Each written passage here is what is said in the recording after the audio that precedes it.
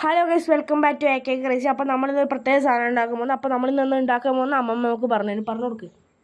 ഉവ്വ പൊരിച്ച് കൊണ്ടുവന്നിട്ട് ഉണങ്ങി വെള്ളത്തിലിട്ട് കഴുകി നല്ല വൃത്തി കഴുകിയിട്ട് ചെറുങ്ങനെ ചെത്തിയിട്ടിട്ട് ഒന്നും കൂടി കഴുകി എന്നിട്ട് മിക്സിയിലിട്ട് അരച്ച് എന്നിട്ട് ബക്കറ്റിലൊഴിച്ച് വെള്ളം പാർന്ന് നല്ല മിക്സാക്കിയിട്ട് പുതിയ തോർത്ത് എടുത്ത് ബക്കറ്റിന് ഇത് വായ്പൊതി കെട്ടി എന്നിട്ട് അതിൻ്റെ അകത്ത് അരിക്കുക. എന്നിട്ട് അരിച്ചിട്ട് നല്ലോണം കുറച്ചധികം വെള്ളത്തിൽ അരിച്ച് എന്നിട്ട് അത് ഊറാൻ വെക്കുക.